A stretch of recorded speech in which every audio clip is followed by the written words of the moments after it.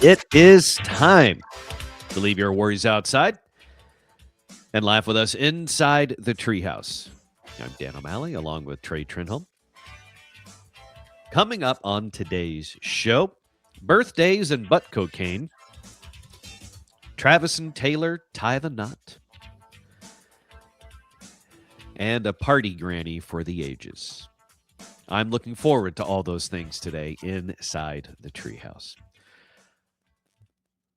But before we get to those today, a couple of quick things to note. First of all, if you like what you hear today, please like, subscribe, share, follow, all the things, not only on social media, you can do it on YouTube as well, but also from that favorite listening platform. Wherever you are listening to the show right now, you can hit that share button, send it to a friend, send it to a family member, send it to a coworker that needs a little pick-me-up, or you can also post it on social media.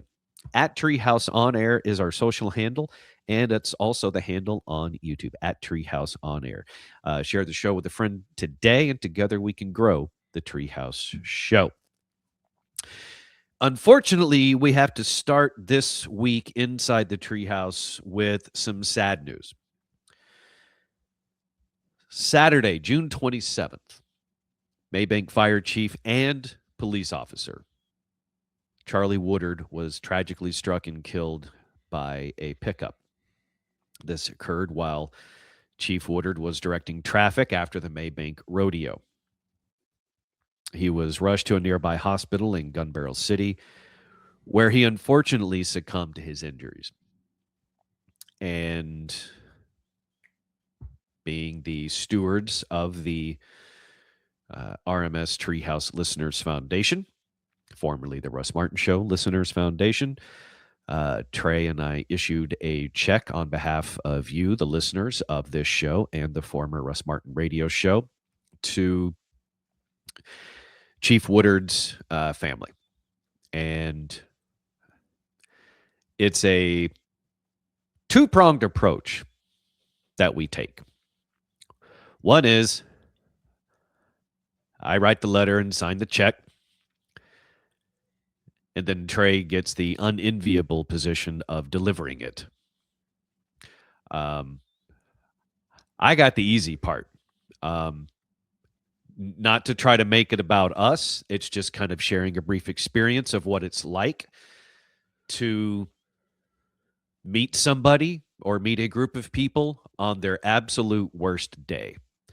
I've said it for years and will continue to say it, that it is a honor to be able to do it, as sad as it is. So Trey, thank you for taking that on Friday. Yeah, you're welcome. There were a lot of ways. Our former boss host, Russ, was a big giant pussy. And in a lot of ways, it always fried my ass and made me mad. This was one example, though, where I totally agreed with him, which is normally our job when we do these things. It is not for, we don't deliver the check and it's not a photo op. We're not there to, it's the solemn event and you're there to try to help out a family that has just suffered and just unthinkable tragedy. So I went down there and met the assistant chief who Myrick is, and he couldn't have been nicer. But then he insisted that I go and deliver the check with him to the widow.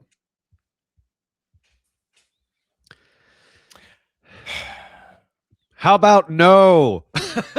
I'm sorry to channel my inner Dr. Evil, but I'm just like, you can just take it. It's I fine. Tried in every way possible to subtly say, that's not what we do.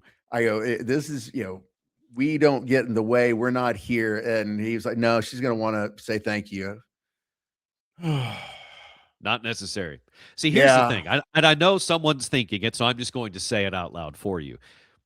We used to courier these things. We used to use somebody that would take them for us. and I don't remember the exact circumstances on it, but something happened to where we no longer wanted to use a courier service. Like we needed to do it ourselves to remove any sort of potential issues. So that's what we do now. Mhm. Um, And so yeah, so I got to meet his widow Angela, I mean, just she's 8.5 months pregnant, I think, and but remarkably, she was so remarkably composed. I don't know how, but then Chief Myrick gave her the check and the letter, and then she started to tear up. Then I started to tear up. I'm like, oh, I can't do this.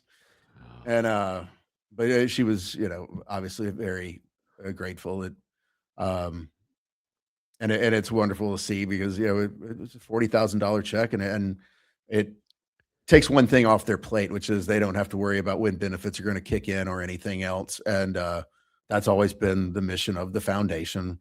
So it's I don't even know what the right for a dubious honor to have to because you don't I wish we never had to do it. yeah. Um, but it's like for as much as police sometimes get a bad rap, and yes, there are bad police officers, they're first responders, but remember that for every bad one, there's thousands of good ones, and even the most mundane activity they do, like directing traffic, puts their life in jeopardy. Yeah. I think the phrase that I usually use in these situations is we hate, like when it comes to delivering funds to the next of kin, to the family of a police officer or a firefighter that has just been killed in the line of duty. We hate that we have to, but we're honored that we get to. Uh, and and and I, and proud that we're able to. yes, absolutely, and that's what it is. It's a beautiful thing to do in a terrible time, and so we share these instances with you, not as a recognition thing or any sort of a virtue signal thing. It's the way that it's always been done. It's so that it's an accountability thing. It's so that the money you may have donated once or 100 times is going to its intended purpose. And that's why we'll post the letter and a copy of the check on social media so you see it, so it's happening. And you also know that the foundation is still operational. Mhm. Um, and I would like to maintain the tradition of reading the letter to the chief. In this case, it was obviously a very different case than we've normally done because I believe this is our first time to issue funds from the foundation to a chief. Because normally we make the letters out to the chief of the department of the individual that has died. In this case, it's the same person. So So yeah, the because letters to the assistant chief, who I guess now is the chief. I don't. right, line of succession type of thing. And so Chief Woodard from Mabank was the chief of the fire department. But he was also a police officer. He's both. He was also the PIO because when I went to contact the department and it was like email us, I hit an email and it was to him. I was like, Oh, well, I don't think he'll get that. Okay, that's that's all right. Sorry, I'm still getting over sickness. I'm a little crud here. I just want to clear my throat here. So, Chief Woodard died in the line of duty Saturday, June 27th, 2026. We issued the check on July 3rd, Friday, July 3rd, because we were having trouble confirming at first whether or not it was a line of duty death, because sometimes these can be, yeah. off duty and whatever. So we had to do our diligence, and we did. Trey took the check on July 3rd.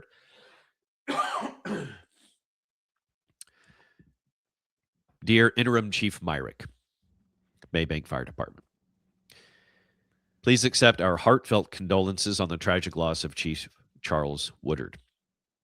News of his passing has deeply affected people far beyond Mabank, and our hearts are with everyone who knew and served alongside him. On behalf of the listeners of the Treehouse Show podcast and the former Russ Martin radio show, we would like to offer the enclosed donation for Chief Woodard's family. It's an image of a check at the top for $40,000.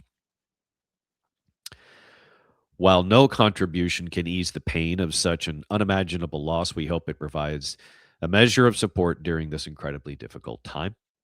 Chief Woodard's dedication to protecting his community, along with his devotion to his family, reflects the very best of public service. His sacrifice and the life he lived deserve to be remembered with honor and gratitude. Please know that you, your department, Chief Woodard's loved ones, and all those who stand beside our first responders remain in our thoughts and prayers. With deepest sympathies, Dan O'Malley, Trey Trenholm, Captain Mark Howard, DCSO retired, the RMS Treehouse Listeners Foundation. Also a part of the board for the foundation, Ryan McDonald, and who's longtime financial advisor of the foundation, and also Chuck Hasley, our former Russ Martin Show band manager, who says hi, by the way, Trey. Oh, cool. He is living in full-on Podunk, Oklahoma. Yeah, I last time I think I saw anything from him, I knew that he was somewhere in the boonies. That's a good description. So, again, we hate that we have to, but we're honored that we get to. The funds that you have donated to the foundation are still going to its intended mission. And if you would like to donate, you can do so. There is a link at treehouseonair.com. You can click on donate or foundation, and there's a link there. You can do it on PayPal. treehouseonair.com. Thank you very much. There was something else I was going to mention here. Or was it something you were going to mention? Well, it also, as this will air on the 10th anniversary of 7/7, or where DPD lost 4 and Dart PD lost 1. Yep. Brent Thompson. Yeah, the Dallas 5 it's one of those that I remember that day actually very vividly. Oh, I do too. Yeah. I had first gotten word. We were sitting, I was on vacation. The whole show was on vacation that week. And I was actually sitting at a bar on the island of St. John on vacation, and 2016. And I started to get word from a couple of DPD friends that something had happened. And then I started hearing word about how bad it was. And I'm at the bar, and I got tears. That was in my last days of drinking. I too was at a bar. I was at the Uptown Pub, and that's a good one. Yeah, I started getting word. That's a good bar to cry at. Yeah, it's dark. People will kind of leave you alone. It's like, I'll leave the crying guy alone. And I reached out to guys that were our DPD friends at the time, and one especially who was always in the know, who said it's really bad. And yeah. So on the heels of issuing a check to Chief Woodard's family from Mabank, and just a quick acknowledgement, never forgetting, those that keep us safe, especially in our homes of Dallas-Fort Worth. I would love to offer up a bit of a distraction, if I might. Please. I think something that will make us all feel a little bit better. And that is a 96-year-old party grandma that will not quit. All right. Yeah. Not all of us are going to make it to 96 for various reasons. But if we do, this lady's kind of my spirit animal. Let me pull this up. A 96-year-old woman. Hang on. Her name is Grandma Droniak. She's a 96-year-old influencer. I don't know how many followers you have to go from just person on TikTok or Instagram to then become quote unquote influencer, but that's what she is. 96-year-old influencer says her retirement home has threatened to kick her out for partying. Oh my God, this is great. She's staying up past 7 p.m. I'm with you, Trey. I also have questions. She's claiming that her retirement home issued a warning and threatened to kick her out over her partying ways. Lillian Droniak, lovingly known to her millions of social media followers as Grandma Droniak, made the claim in a viral video shared on TikTok and Instagram on June 11th. In the video, done in her usual sit-down style, 96, so I wouldn't exactly expect her to be Lionel Richie dancing on the ceiling, but whatever. The 96-year-old claimed that her retirement home gave her a formal warning about throwing parties that violate the community's rules. So let's go directly to the source. Let's hear from Party Granny. And kicked out of the nursing home. I just got... Who, by the way, has amazing shirt game. She's wearing a shirt in this video with 2 hearts over what used to be her nipples, because I think they're way below that now. And then the text, eyes up here, with an arrow pointing up to her face.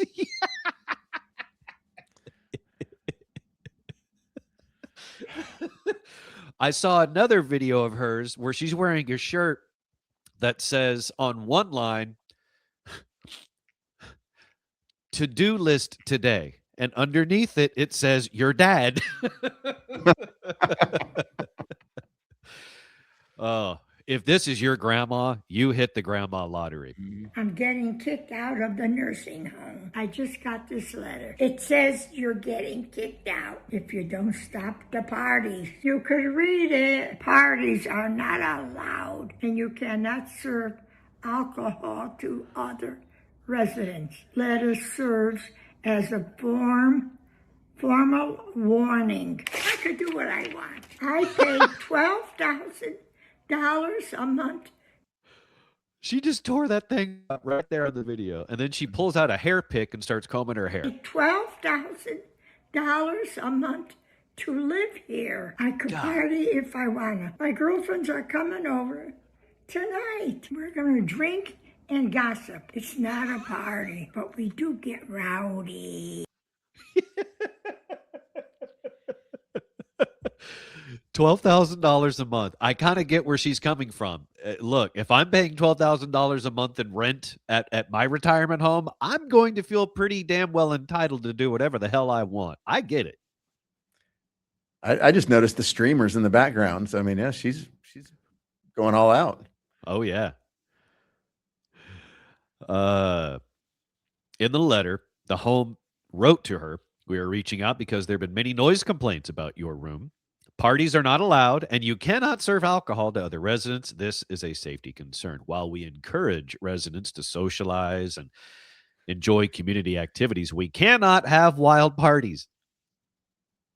I love that. We cannot have wild parties. Imagine being the person that has to type this formal letter to send it and deliver it to one of your 96-year and deliver it to a 96-year-old resident. We cannot have wild parties.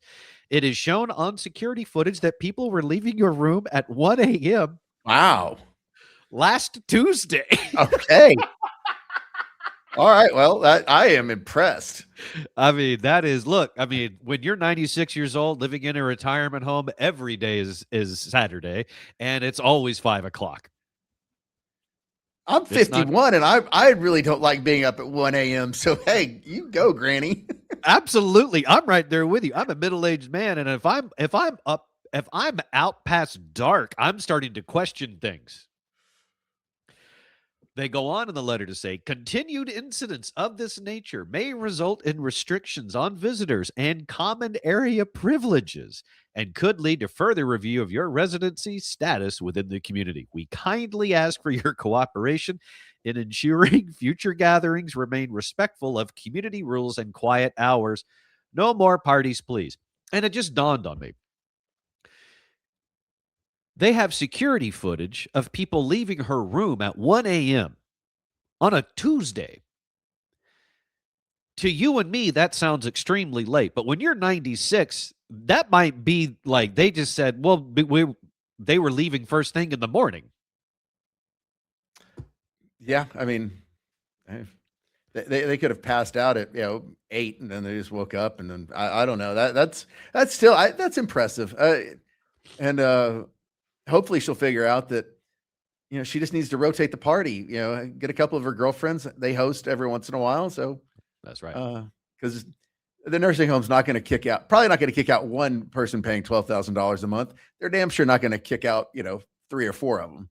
Absolutely not. That's smart. You got to rotate. Got to rotate the fun. Over tonight, we're gonna drink and gossip. It's not a party, but we do get rowdy. I can't help it. I love to party. You can't stop me. As she blots her lipstick. They are here. Oh, they knocked on her door, and then Yes. And she pushes off in her wheelchair away from her phone. She's partying safe. God bless her. I mean, look, how many times have you and I drank at the Loon, and we should have been in wheelchairs? Yeah, we were in chairs. They just fell over instead of rolled. But they felt like wheels at the time. You're in the Treehouse. Visit us online at treehouseonair.com.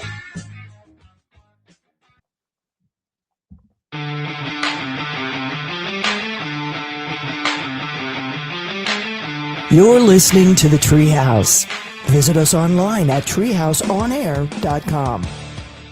This segment of the Treehouse is brought to you by Cook DFW Roofing and Restoration. If you would like a free, and I cannot stress this enough, a free roof inspection and property review. That's where they not only look at the roof, they'll go around, look at your entire property, inside as well if you want. It's totally up to you. And let you know of any issues. That way you can catch any small problems before they turn into major ones. And to see if that roof is ready to withstand the next big storm that is going to hit in North Texas. It's not a matter of if, it's a matter of when. So find out where you stand today. Call Cook DFW Roofing and Restoration at 833-COOK-DFW. That's 833-COOK-DFW, or the website cookdfw.com. Today is Tuesday, July 7, 2026. Let's celebrate today with some birthdays. And a heads up, it's a good birthday day. It's a good one. Okay. We will start with Ringo Starr. Not part of the original Beatles. He is 86. He was the second drummer. The first was a guy named Pete Best, who didn't make the leap across the pond with the Beatles. He got replaced by Ringo Starr. Ringo Starr came in, and the remaining Beatles were all fat and happy. And Ringo and Paul McCartney, the two Beatles, left kicking. So happy birthday, Ringo Starr, 86 today. You don't hardly ever see Ringo. I can't even remember the last time I saw Ringo. He was in a photo with some guys from another band. I can't remember which one it was. It was recent. Maybe it was the guys in Rush or something. Maybe that's what it was. Maybe it was the guys in Rush. I think he may have gone to their first show. So Rush is on tour. They actually just wrapped up at Dickies Arena in Fort Worth. They did a few shows there. I believe their first show was in LA to start that tour. And I think he was there. I think that's where I saw a photo of him. But he's not. Looks great. But he's not like Paul. I mean, Paul's still out there performing, and he's slumming it because he's having to perform weddings now. Not having to. He got to perform at Travis and Taylor's wedding over the weekend. Which I have been shocked at how, for the most part, panned that whole event was. I mean, it did not get the glow up I thought that it would get. I have that written down as something to talk about later, the Travis and Taylor wedding, especially in conjunction with the Empire State Building couple. A lot of things happening in New York over the weekend. So I'm curious to know your thoughts on that as well, because I live with a Swiftie, and I know she gets hit with lots of Swiftie stuff, right? And I don't know how much of other stuff she has seen on it. Like, she was seeing all the guests and everything. So we'll talk about that here in a little bit. Other birthdays today. One of my favorite comedians, one of my favorite stand-up comedians, Jim Gaffigan, is 60 today. Hot Pocket. That's such a great bit. I love that. Never did much for me. It's very simple, but I love it. Absolutely. Like him, he's doing, the Hot Pocket bit, or there's lots of other things. Like, comedy is typically observational humor, right? That's typically what it is. And he's great at it. He can take something so innocuous and turn it into something really entertaining. He's my cup of tea. May not be yours, Trey, but he is mine. Shelley Duvall would have been 77. She passed away in 2024. An outstanding actress, best known for her roles in The Shining, where Stanley Kubrick basically tortured her to get that level of performance. Would not fly by today's Hollywood standards, but it was Kubrick, and they let him go crazy on her. No, there's a lot of things that happened back then with you would not get away with today. You would have you would be canceled. At least, if not possibly brought up on charges. She was also Olive Oil in the Popeye movie opposite Robin Williams. And it was that movie was such a weird movie to me. I mean, it was honestly, from what I remember, pretty perfectly cast. Because at that time in Hollywood, Olive Oil is a very, in a cartoon, a very slender woman, and there's not that many people physically you could think to embody that role. But when it was Shelley Duvall named, it's like, yes, that makes perfect sense. There was no Batman controversy, no Superman controversy. When it was announced Shelley Duvall as Olive Oil, everyone's like, yeah, that makes sense. And I actually forgot who played Bluto in that. I can't remember off the top of my head. Oh, well. Shelley Duvall. Today's her birthday, but she passed away. Billy Campbell is 67. Billy Campbell is known for the 1991 movie The Rocketeer, as well as ABC show that was right around the turn of the century called Once and Again, and a show called The Killing. But real quick, back to The Rocketeer. I had to look this up because I was curious about something. I don't remember why, but I looked it up, so I'm going to share with you what I found. So Billy Campbell, who's 67 today, star of The Rocketeer. If I remember correctly, I think Jennifer Connelly played the love interest in that. That was directed by a guy named Joe Johnston. That was back in 1991. He went on to direct the very first Captain America movie as part of the MCU. So, yeah, 2 comic book movies under his belt. So Joe Johnston, same director of Rocketeer, did the first Captain America movie. Cree Summer is 57, legendary voice actor from Rugrats, Inspector Gadget, A Different World, and hundreds of animated projects. Best known as Sarah Seidel on CSI, Georgia Fox is 58. David Hodo is 79. He is best known as the construction worker from The Village People. Okay. Who's one of their biggest hits, YMCA, which is where I have found myself a lot recently, because that's the gym I've been working out at down the street. I think when you say something like that, you need to make the disclaimer, but for totally different reasons. Yeah. I'm working out. I'm going to lift weights and be on the elliptical and things. The Rockland County YMCA is the closest gym, and it's actually very, very nice. The building is 100 years old. But you wouldn't know it. Like, all the equipment's like brand new. It looks fantastic. Listen, the YMCA around here, I mean, there's a couple. I say that. I think the one in downtown is still open, but there's one over in Highland Park that's really old, but they have turned it into, I mean, it is a first-class gym that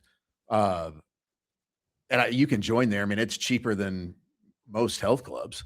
It is. And the Rockland County YMCA that we're members of for the next couple of weeks, for both of us, $84. Mm-hmm. And I know that YMCA you're talking about in the Park Cities, because I used to work out there like 20 years ago when I lived off of University. And I worked out there too because it was close. I think that back then, I think it was like $20 a month or something. It was phenomenal. I was a member there. I can't remember. It was right before or right after COVID, but yeah, I mean, it was like $45 a month or something. It was and they have since you've been there, probably dumped $1 million in it and redone just about everything. Nice. Michelle Kwan, two-time Olympic medalist and one of the most decorated figure skaters in U.S. history, is 46. And last birthday today, author Robert Heinlein.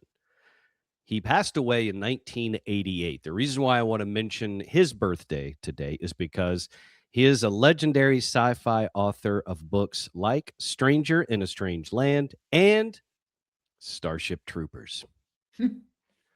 Starship Troopers is one of the best bad movies in the history of cinema. That is a hill I will die on with a bug on top of me. I won't argue with you on that one. It's it is super watchable no matter what time of day. If you happen to be scrolling and it's on, I will stop and watch it. It is rewatchable. It is phenomenal fun. And it actually has a hell of a large statement inside of it if you decide to look for it. But man, that is a fun movie. I don't. You seem to like it more than I do, but I do agree with you that it's one of those movies I do not think was near as bad as most people panned it out to be. And I agree, it's watchable and entertaining. It is the Hudson Hawk of sci-fi movies for me. Wow. I'm brain farting. I think I found Hudson Hawk entertaining as hell. I will still watch that. If it's, to me, it's campy, but it's classic Bruce Willis, because I think probably one of the things that gets into a little bit of an age gap is if you grew up, my first exposure really with Bruce Willis was Blind Date. I think was the movie with was it Daryl Hannah or is it Kelly LeBrock? No, I don't think. But then Moonlighting. Yes. Let's see. Kim Basinger. Oh, that's right. Yeah. And so yeah, it's but I love sarcastic, before Bruce Willis was the big action star, he was very dry, funny, sarcastic humor. And so I'm with you. And I'm glad you brought it up because that serves as a perfect reminder, because we have not done a Treehouse Reviews episode on our Patreon in quite some time. And I think it's time we do that. And I think Hudson Hawk would be a great installment for us to revisit, because it's easily been 20 years since I've seen that movie. But I too remember it fondly. Going back real quick, so we're trying to make a mental note. Hudson Hawk, Treehouse Reviews. If you would like to join Patreon, patreon.com/treehouseonair. Back to Starship Troopers real quick. So the author, he passed away in 1988. The director of Starship Troopers, Paul Verhoeven. Now, this was the second movie in which we saw co-ed showers. The first was RoboCop. You remember that in RoboCop? All the police officers are in there. They're all showering together, the men and the women. Same thing happened in Starship Troopers, and people were just like, whoa, because there are people in it that are very, very attractive. Now they're all naked. They're all naked together. And in that movie, some of the actors were like, we feel like this is kind of gratuitous. And Paul Verhoeven's like, no, it's not. It's like it's very important to the story. It's like everyone is seen as equals, and it's not like the sex thing. It's not meant to be a sexual thing. And to prove his point, he stripped down naked and like did the scene with them. I mean, I don't think Spielberg ever did that. I hope not.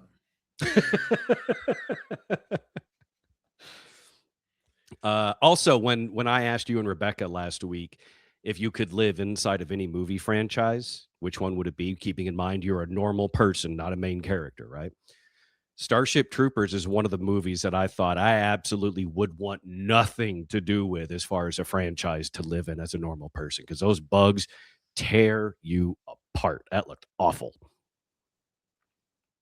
I think that went without saying. I just felt like it because it was the guy's birthday. I just wanted to say it and bring it up because it was brought up last week on the show. Just like, that's a movie. One of the first ones I thought was like, not that one. I think any movie where death by alien was a greater than 50% chance, I think you strike. Yeah, I think we're on the same page there. Especially when that one guy who actually just passed away not that long ago, the actor, when the big slug bug comes in with Denise Richards and the other guy, and then he puts like the straw thing on top of his head and sucks his brains out. That was terrible. But you remember it for, guys showering naked? No, it was the guys and the girls. Dizzy was in there. Dizzy. Who's he? Dizzy. Yeah, Jake Busey was in there too, but it's made it really weird when I saw him at Victory Park that one time.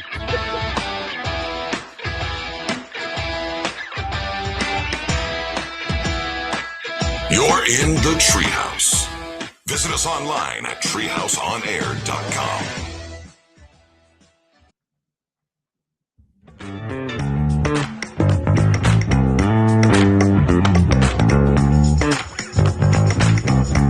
You're in the Treehouse. Visit us online at treehouseonair.com. I mentioned it before, and I'm going to mention it again. If you would like more Treehouse in your life, including catching up with Treehouse reviews, you can join Treehouse Plus today. Patreon.com/Treehouse on air. If you join Treehouse Plus, you get access to Treehouse Plus episodes. Then there's on top of that, Super Plus, Ultimate Treehouse, all there. Patreon.com/Treehouse on air. In addition to wanting to go back and review on Treehouse Plus, Hudson Hawk, another one I thought of the other day, Trey, and I just want to tell you so you can help me remember this. Necessary Roughness. It has been forever since I've seen Scott Bakula throw a football and Kathy Ireland kick a football and Sinbad tackle people. Shot almost exclusively in and around Denton. Necessary Roughness. Yeah, I haven't seen that movie in 30 plus years. Yeah, I loved that movie. And it's been a very long time. So those two movies, perfect, I think, for our review. See if they hold up. Back inside the Treehouse now. I'm Dan. He's Trey. Really big news over the weekend. Travis and Taylor got married. After, I believe, around 3 years together, they tied the knot at Madison Square Garden on Saturday in a star-studded event that had reportedly around 1,000 guests. I have not seen or heard that anywhere other than the place I'm looking at it right now. But according to some reports, about 1,000 guests attended Travis Kelce and Taylor Swift's wedding, which featured performances by Stevie Nicks and Paul McCartney. It is a big wedding. And what did I saw one person label it gaudy, tacky, narcissistic ode to self. Show me a wedding that isn't. Well, Madison Square Garden. It's really, you know what? I know a lot of people initially panned the idea of having a wedding at Madison Square Garden, but to me, it actually made sense because if you want to have a big wedding, but you want to be able to control the environment, That's a great spot to do it. It's security. It's covered. You're not going to have Who's helicopters flying over the top. you could do that a number of places. Mhm. First of all, I want to know, and this will be the most interesting thing is if they're paying for all the overtime that's going to cost the New York City and NYPD. Okay, if they don't, total hose job. You look at some of the businesses around there that it totally screwed their Friday night, especially with World Cup. I mean, some of the bars were like, everything was blocked off. No one could get to us. It sucked. Mhm.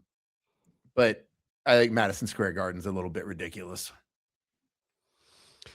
There are plenty of if you wanted a venue, there are plenty of them that could have done that. That not smack dab in the middle of Manhattan, Of one of the busiest cities on earth. But I'll be honest with you, and I think a lot of it is just because it was the 4th of July 250th anniversary of the country and World Cup and everything else. It did not get near the play that I thought it would. And listen, I hope they're happy as can be. I don't have any problem with Taylor or Travis. God bless them. They're two incredibly successful people. Thumbs up. I wish you all the best. I am sure at some point Taylor is going to have a kid and she is going to write an anthem of motherhood that is going to have a whole new generation of Swifties or just actually keep her Swiftie crowd there, like feel like that she's growing with them. But at the same time, it's kind of like Jelly Roll and Bunny's divorce. I just don't give a shit. And I want less of it on my timeline and just, that both stories. I mean, I'm sorry they're getting divorced. I don't care that they got married. I'm sure it was an absolute great event, but to have it in that is an absolute narcissistic ego move to have it at Madison Square Garden. I don't know what their thinking was on that. Like I said, my initial assumption was ego and narcissism.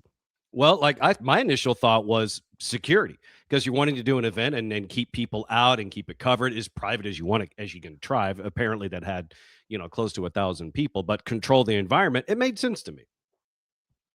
You're in New York, go around Madison Square Garden and imagine everything blocked off.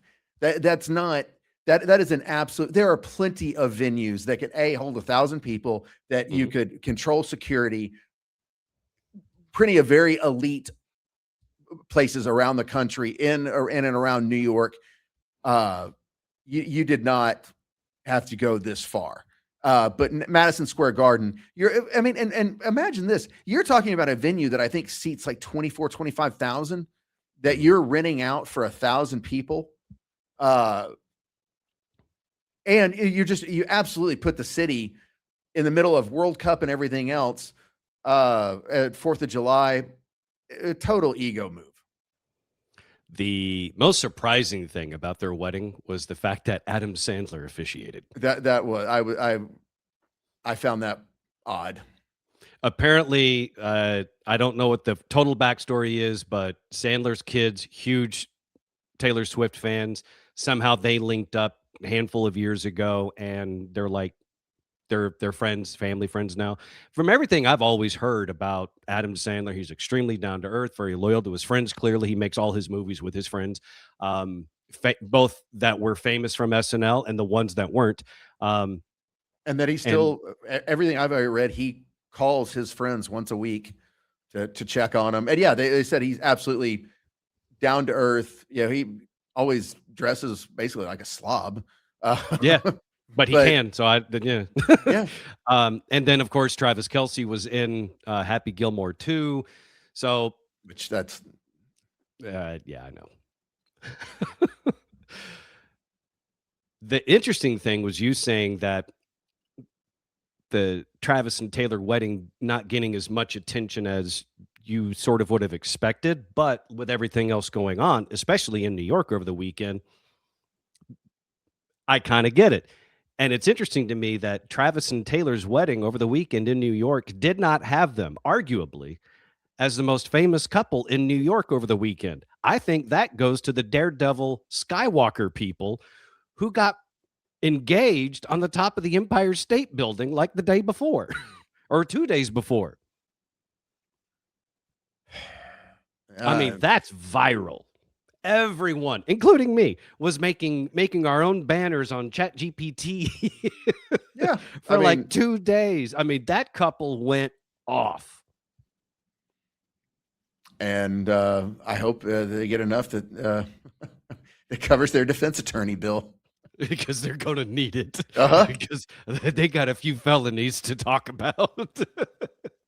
And one of the things, the only thing that I generally could care less about that either. The only thing that pisses me off about that is the lives of the first responders that you put at risk who had to get up there and get your dumbass.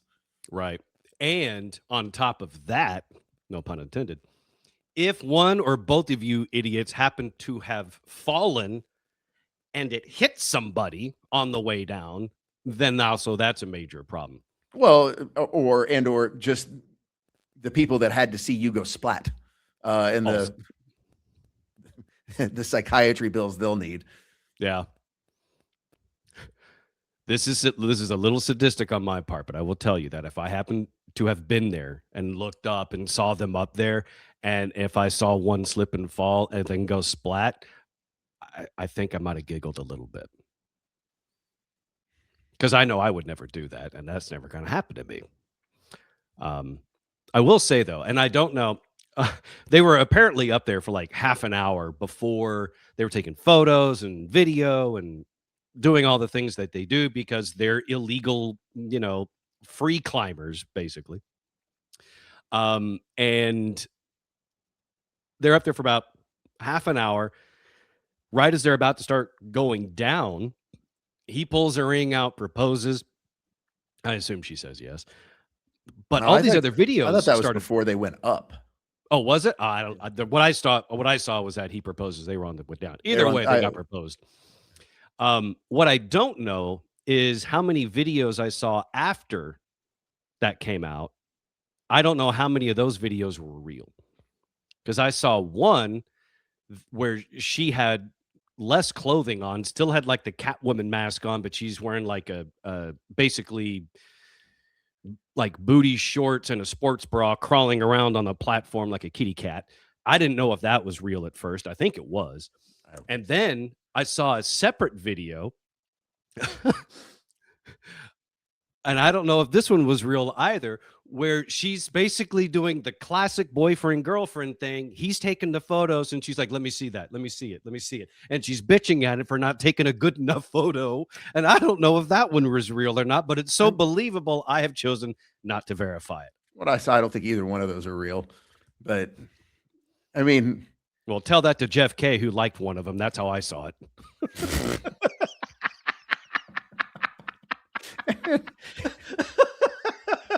Talk about going splat. Talk about catching a stray. You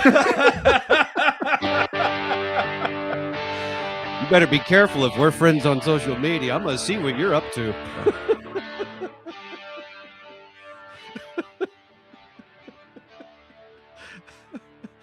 Oh, for all things Treehouse, treehouseonair.com. Somewhere, sometime today, Jeff K's going to get a message and go like, what the hell did I do? Love you, Jeff. Yeah. If you like what you heard today, share the show with a friend from your favorite listening platform. Hit that share button. Share it. Social media, friends, family, and together let's grow the Treehouse Show. We will see you next time right here inside the Treehouse, where you may catch a stray.